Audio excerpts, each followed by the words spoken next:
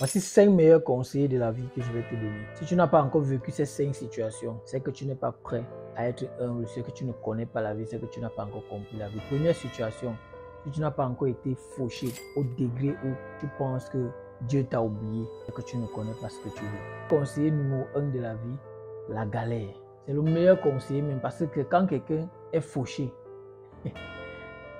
qu'il est gentil, qu'il est même fidèle, qu'il est tout, parce qu'à ce moment-là, encore été fauché à ce niveau dans ta vie, tu n'es pas prêt à vivre.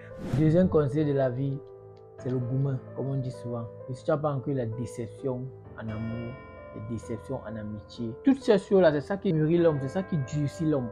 La galère, la déception, avec la suite qui viendra. Troisième position, on a la maladie, frère.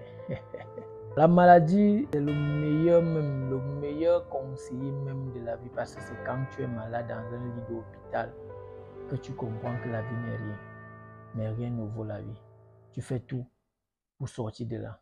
Tu es prêt à tout donner pour retrouver la santé. Alors pendant que tu es en santé, tu ne serais prêt à donner ton 5 francs à quelqu'un pour rien pendant que tu as la santé. Alors que quand tu es couché dans le lit d'hôpital, c'est là où tu es humble, tu es gentil. Tu veux perdre toute ta fortune pour sortir de là. Quatrième conseil de la vie, le rejet.